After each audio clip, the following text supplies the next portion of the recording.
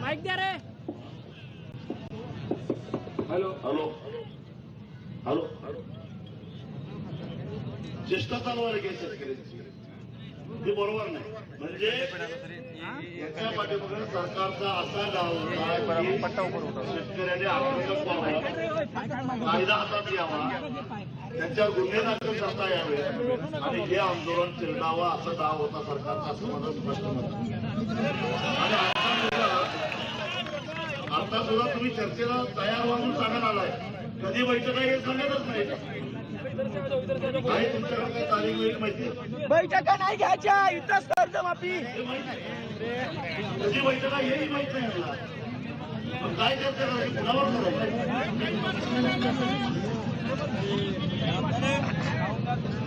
8 दिवस उपोषण केलं बच्ची भाऊनं. आपल्या भावना आम्ही समजू शकतो सर. आपण दिलेला निरोप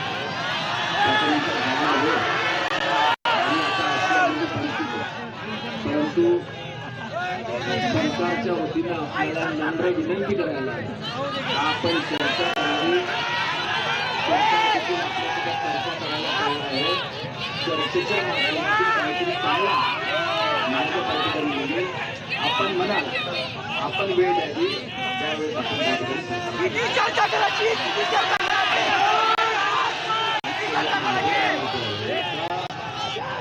किमान आम्हाला असं सांगा, आता मुख्यमंत्र्यांशी समजून त्या कर्जमुक्तीबाबत तुम्ही किमान हो आहे का नाही एवढं बोलत सांगा ना.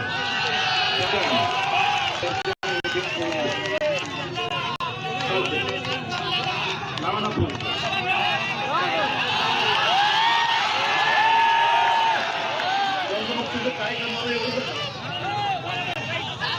आमची अशी विनंती आहे की आपण मान्य मुख्यमंत्री महोदयांसोबत, कारण विषय आपला एक नाही, अनेक विषय आपल्या निवेदनामध्ये आहे. मी सरकारच्या वतीनं आपल्याला विनंती करतो की आपण मान्य मुख्यमंत्री महोदयांसोबतच याचा तोडगा काढावा. निश्चित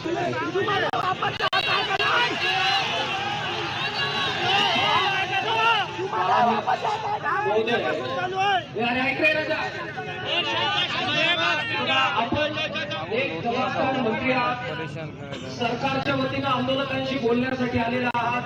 आमचा असा समज आहे की आमच्या मागण्यांची कल्पना थोडं समोर सरकार सगळं आणि याच्यावर काय करणार हा निरोप घेऊन तुम्ही आलेला आहात. तो जो आलेला असेल बरोबर म्हणजे बाकी मागण्यांवर चर्चा होईल.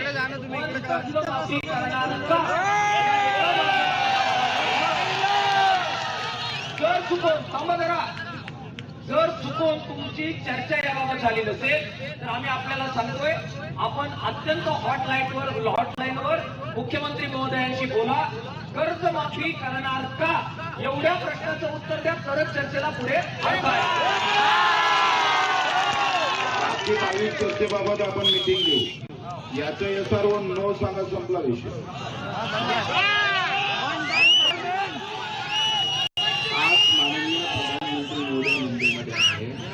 म्हणून आपला विनंती करायला आलो की आपण थेट मान्य मुख्यमंत्री महोदयांसोबत सर्व विषयांवर चर्चा करावी, अशी आपल्या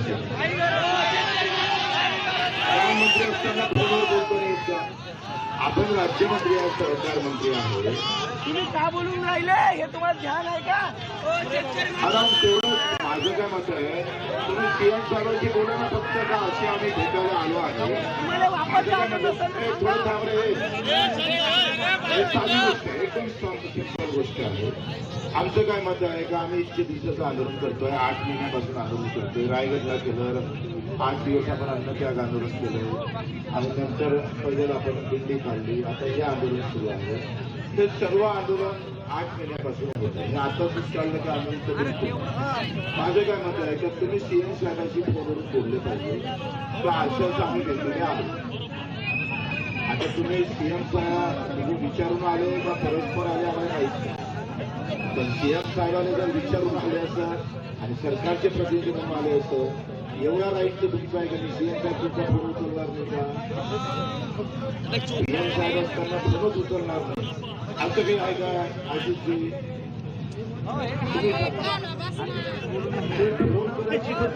तुम्ही कोट घालून आले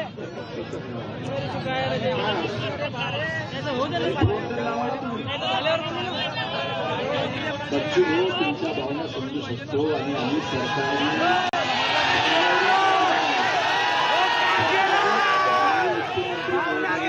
केल्यावरच या ठिकाणी आलो. माननीय मुख्यमंत्री महोदयांचा निरोप आहे की आपण चर्चेसाठी यावं. सरकारच्या वतीने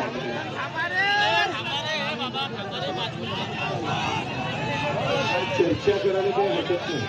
आम्ही चर्चेला तयारच आहे बाकी मुद्द्याबाबत. आम्ही नाही म्हटलं का फक्त एकच मुद्द्याबाबत फक्त फोनवर विचारायचं तरी आमच्या आंदोलकांची अशी मागणी आहे. तुम्ही मला आता इतकं काही तुम्हाला काही फडणवीस साहेब रागवणार का?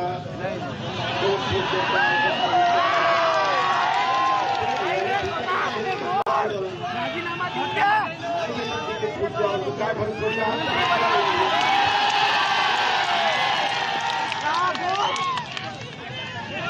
कोणवर आमचे मंत्री महोदय फोन करायला सीएमला घाबरत असेल तर मग तुमचा येण्याचा आशिष हात नवाजो. राज्यमंत्री पण आले फोन तर करा ना तुम्ही. बच्चू भाऊ तुम्हाला माहित आहे मी चळवळीचा कार्यकर्ता तिकीटचा काही विषय नाही आपत्ती आणि तुम्ही निवडून आले त्यांना मी निवडून आलो. आपण पब्लिकचे नेते आहोत नाहीये. असं आहे की जे निरोप आहे ते आम्ही तुम्हाला दिला तुमचा निरोपी आम्ही कमी करतो आणि एक ऐकून घ्या. असं आहे की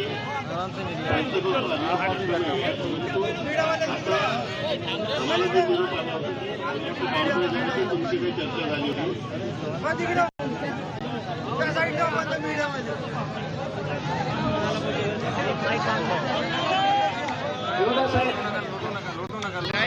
परिस्थिती थोडीशी आपण जरा कृपा करून आमची समजून घ्या. काही आता तुम्ही आम्हाला निरोप घेऊन आले मग आमचा निरोप तुम्ही घेऊन जाणार याच्यासाठीचा वेळ आत्ताचा संपलेला आहे. कारण न्यायालयाचा आदेश आहे आम्हाला. आता आम्ही अटक करून घ्यायला आलेलो आहे. आता तुम्ही आले म्हणून थांबवण्याच्या जेलमध्ये गेलो असतो आतापर्यंत. मग आता तुमचा आधार आम्ही ठेवला जेलमध्ये जाणार तुम्ही थांबलो. त्यामुळे ही वेगळी परिस्थिती आहे. आपल्याला असं वेळ शिल्लक नाहीये. त्यामुळे तुम्ही निरोप घेऊन जाणार उद्या देणार तोपर्यंत आम्ही कुठे बसायचे ते तरी सांगा. आम्ही जेलमध्ये बसतो तुम्ही येणार का जेलमध्ये निरोप घेऊन?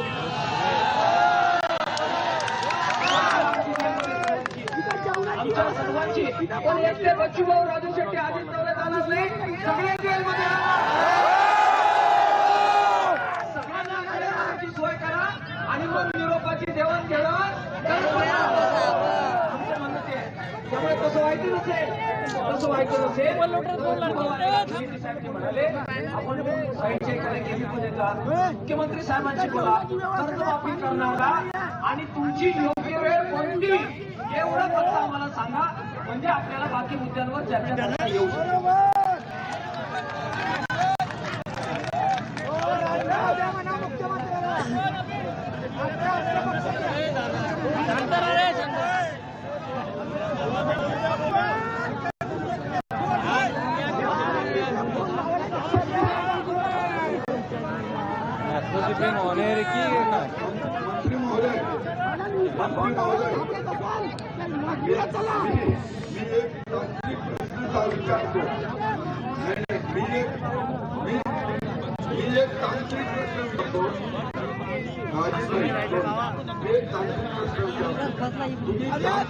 संस्कृती शिकवता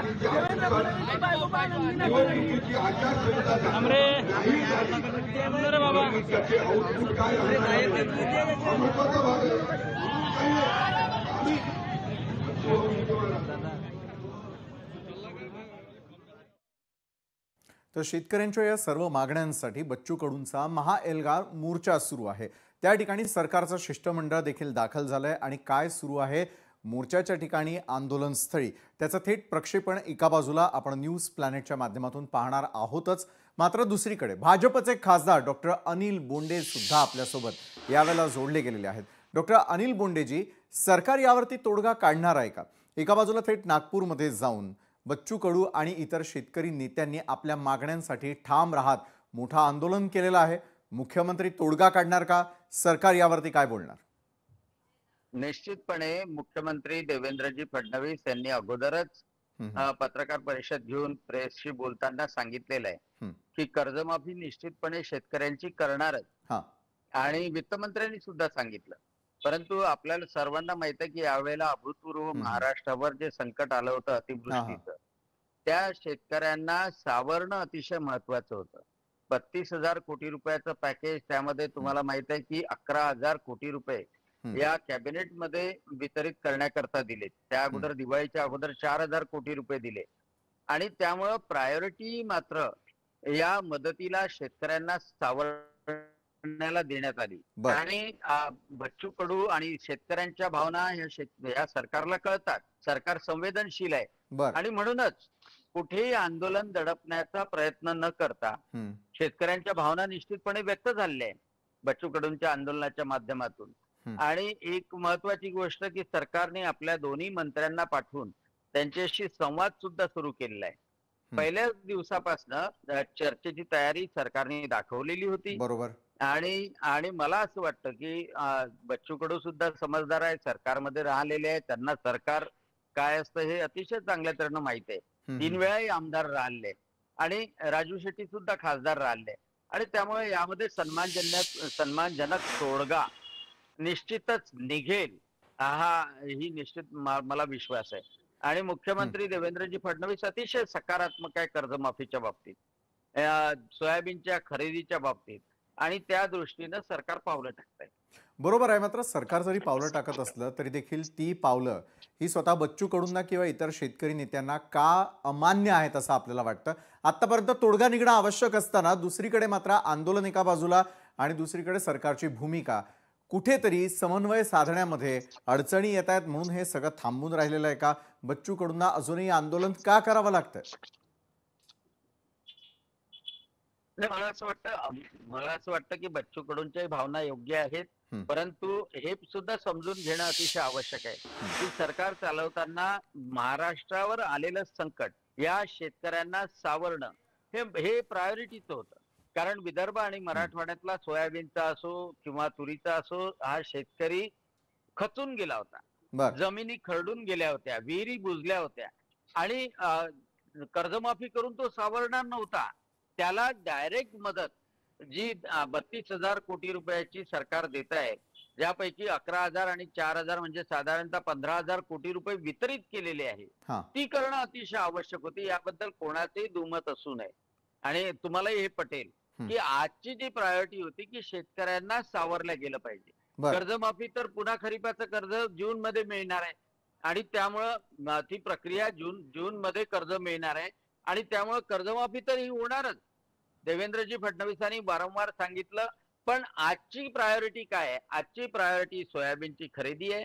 आजची प्रायोरिटी ज्या अतिवृष्टी सततच्या पावसामुळं जो शेतकरी संकटात सापडला, ज्याची जमीन खरडून गेली, ज्याची विहिरी बुजल्या, त्याचे इलेक्ट्रिकचे खांब तुटले, यांना सावरणं अतिशय महत्वाचं आहे आणि त्यासाठी पैसे खर्च करणं अतिशय महत्वाचं आहे असं मला वाटतं. आणि ते बरं डॉक्टर, तुम्ही म्हणतायत की सरकारनं शेतकऱ्यांना सावरलेलं आहे, शेतकरी नेत्यांना तसं वाटतं का? स्वतः शेतकरी नेते विजय सावंत आपल्यासोबत आहे. विजय सावंत आजी, डॉक्टर अनिल बोंडेंनी जसं म्हटलं की सरकारनं शेतकऱ्यांना सावरलेलं आहे, मग अजूनही मोर्चा का सुरू आहे? अजूनही शिष्टमंडळ आणि बच्चू कडू किंवा इतर शेतकरी नेते यांच्यामध्ये तोडगा का निघत नाही? आज रस्त्यावरती बसून शेतकऱ्यांना आपला आवाज सरकारपर्यंत का पोहोचवावा लागतोय? विजय सावंत आजी. मला असं वाटतं की सरकार प्रामाणिक नाही आहे. माफ करा, माझे मित्र डॉक्टर बोंडे जे बोलतात आहेत ते सत्तेच्या ताकदीने बोलतात. आमच्याजवळ सत्ता नाही आहे. पण मी डॉक्टर बोंडेंचं लक्ष आमचे माननीय मुख्यमंत्री देवेंद्र फडणवीसांच्या आजच्याच एका प्रेस मधल्या वक्तव्याकडे ओढतो. देवेंद्र फडणवीस साहेब असं म्हणाले की आता जर आम्ही शेतकऱ्यांची कर्जमाफी केली असती तर ते पैसे बँकेत गेले असते, शेतकऱ्यांना मिळालेले असते. आम्ही 31,000 कोटी रुपये या नैसर्गिक संकटाकरता शेतकऱ्यांना देतोय. मला आश्चर्य वाटतं हो. अरे तुम्ही कर्जमाफी केली असती, बँकेतला शेतकरी नील झाला असता तर बँकेने त्यांना पुन्हा कर्ज दिलं असतं ना, मग शेतकऱ्यांना पुन्हा कर्ज म्हणजे पैसे मिळाले असते ना, तर त्याची ताकद वाढली असती ना. डॉक्टर बोंडे साहेब, मी तुम्हाला वास्तविक परिस्थिती सांगतो की जी तुम्हाला माहिती आहे, पण सत्तेमुळे तुम्ही बोलत नाहीयेत. यावर्षी तुमच्या कर्जमाफीच्या घोषणेमुळे शेतकऱ्यांनी बँकेला कर्ज परत केलं नाही, त्याच्यामुळे बँकेने त्यांना कर्ज दिलं नाही, म्हणून शेतकऱ्यांनी कृषी सेवा केंद्र आणि खासगी सावकारांकडनं पैसे आणून आपली शेती उभी केली आणि ती निसर्गाने झोडपून टाकली. एकरी 1-2 क्विंटल सुद्धा सोयाबीनचं उत्पादन नाही, ही वास्तविकता तुम्हाला सगळी माहिती आहे. आता त्याच्यावर बँकेचंही कर्ज आहे, त्याच्यावर कृषी सेवा केंद्र याचंही कर्ज आहे आणि त्याला रबी उभी करायची आहे. तुम्ही दिलेली तुटपुंजी मदत त्यांनी त्याचं कुटुंब चालणार नाहीये, त्याची रबी सुद्धा उभी राहणार आहे. तुम्ही 10,000 रुपये एकरी रबीला देता म्हणता, दिले का ते सगळ्या शेतकऱ्यांना मिळाले का? 1.5 हेक्टरचे माझ्या एका 5 हेक्टरच्या शेतकरी मित्राला पैसे आलेले आहेत. किती खोटं बोलणार हो. माझी विनंती आहे हो बोंडे साहेब, तुम्ही तिकडे राज्यसभेत आहात ना, तर तुम्ही सांगा सरकारला की अशी बनवाबनवी करू नका. 6,000 रुपये क्विंटलनी सोयाबीन विकत घेण्याचं आश्वासन दिलं होतं की नव्हतं मोदी साहेबांनी, देवेंद्र फडणवीस साहेबांनी? लिहून देता का तुम्ही मला? मी प्रत्येक भाजपच्या नेत्याला विचारतोय की लिहून द्या ना की आम्ही असं बोललोच नव्हतो. 20% MSP वर बोनस देऊ हे तुमच्या जाहीरनाम्यामध्ये आहे की नाही आहे? लिहून द्या, आम्ही बोललोच नव्हतो. कोरा करा हे आम्ही बोललो होतो, एवढं लिहून द्या. माझ्यासारखा शेतकरी कार्यकर्ता तुम्हाला काहीही मागायला येणार नाही. माझी विनंती आहे सर की तुमची MSP ची खरेदी नसते. मागच्या वर्षी 7,500 रुपये तुरीची MSP होती. मी 5,000 6,000ला माझी तूर विकलेली आहे, तुम्हाला रसीद पाठवून देतो. मला तुम्ही सांगा किती खोटं बोलून तुम्ही फसवणार हो. आणि आता बच्चू कडू म्हणतात मला अटक करा, करून घेणं त्याला शांततेने अटक सगळ्या शेतकऱ्यांना आणि तुरुंगात जाऊन त्याच्याशी चर्चा करा मग. पण तिथेही नाटक करता तुम्ही. मला असं वाटतंय बोंडे साहेब, तुम्ही विरोधी पक्षात राहिलेले आहे म्हणून इतकं तुम्हाला मी बोलतो आहे, मला माफ करा. पण सत्तेकरता इतकी लाचारी शेतकऱ्यांच्या प्रश्नाकरता मला योग्य वाटत नाही. आश्वस्त करणार अनिल बोंडेजी सरकारच्या वतीनं एका वाक्यात. नाही, खरं म्हणजे लाचारीचा प्रश्नच नाही. आता विजयजी जावंदिया एवढं निश्चितपणे सांगू शकतील की कर्जमाफी केली तर पैसे कुठे जाणार होते? बँकांमध्ये जाणार होते. आणि आज जर शेतकऱ्याला डायरेक्ट पैसे मिळाले आणि शेतकऱ्याच्या खात्यात पैसे जातात आहे, म्हणजे ते KYC वगैरेचंही ठेवलं नाही, जर शेतकऱ्याच्या खात्यात पैसे मिळाले तर त्याला जास्त मदत होईल की कर्जमाफी केल्याने होईल? हे साधं गणित प्रॅक्टिकल आहे. आणि सर्वात महत्वाची गोष्ट म्हणजे कर्जमाफी केली तरी कर्ज पुन्हा काढायचं म्हटलं तरी त्या शेतकऱ्याला कर्ज काढायसाठी अजून 1-1.5 महिना लागेल. मग तेव्हा तर कोणावरही संकट आलं म्हणजे जखम जर झाली असेल पायाला तर पायालाच पट्टी लावावं लागेल, कपाळाला लावून चालत नाही. नक्कीच अनिलजी, एका बाजूला तुम्ही म्हणता सरकार प्रयत्न करताय, मात्र शेतकरी नेते अजूनही त्यावरती समाधानी नाही आहेत. वेळेची थोडी कमतरता असल्यामुळे आपल्याला थांबावं लागतंय. मात्र धन्यवाद विजय जावंदियाजी आणि डॉक्टर अनिल बोंडेजी, आपण या चर्चासत्रामध्ये आमच्या सोबत जोडला गेलात त्यासाठी. आता लोकशाही मराठीच्या प्रेक्षकांसाठी एक महत्त्वाची सूचना आणि माहिती. महाराष्ट्रामध्ये अगदी पहिल्यांदाच लोकशाही मराठी वृत्तवाहिनी सर्व रसिक प्रेक्षकांसमोर अभिमानानं सादर करताय आमचा पहिला मराठी चित्रपट पुरस्कार सोहळा, लोकशाही मराठी चित्र सन्मान 2026. कौल जनतेचा, सन्मान कलाकारांचा. ऑक्टोबर 2024 ते ऑक्टोबर 2025 या संपूर्ण कालावधीमध्ये प्रदर्शित झालेल्या चित्रपटांचा आणि कलाकारांचा गौरव करण्यासाठी या पुरस्कार सोहळ्याचं आयोजन करण्यात आलेलं आहे. आणि विशेष गोष्ट म्हणजे आपल्या आवडत्या चित्रपटाला आणि कलाकारांना मतदान करण्यासाठी पहिल्यांदाच लोकशाही मराठीकडून ही संधी देण्यात आलेली आहे. त्यामुळे लवकरच लोकशाही मराठीच्या सोशल मीडिया साईट्सवर, सर्व सोशल मीडिया प्लॅटफॉर्म्सवर याबद्दलची सर्व माहिती तुम्हाला मिळेलच. त्यामुळे तुम्ही देखील अजिबात ही संधी सोडू नका आणि वोट करायला विसरू नका. त्याआधी या भव्य दिव्य पुरस्कार सोहळ्याचा लोगो आम्ही आज रिव्हील करतो आहोत.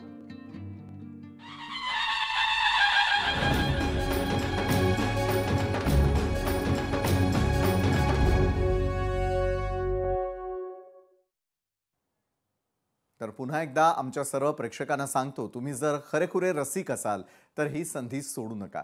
कारण की या पुरस्कार सोहळ्यामध्ये मायबाप रसिक प्रेक्षकच ठरवणार आहेत विजेता, तोही चित्रपट क्षेत्रातील सर्वोत्कृष्ट चित्रपटाचा, सर्वोत्कृष्ट दिग्दर्शकाचा आणि विविध कला क्षेत्रातील कलागुणांचा हा मायबाप रसिक प्रेक्षकच ठरवणार आहे खरा विजेता।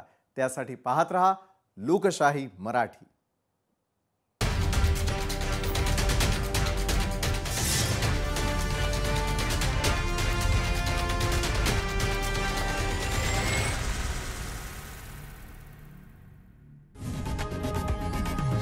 लोकशाही मराठी ऐका, पहा, जागरूक रहा।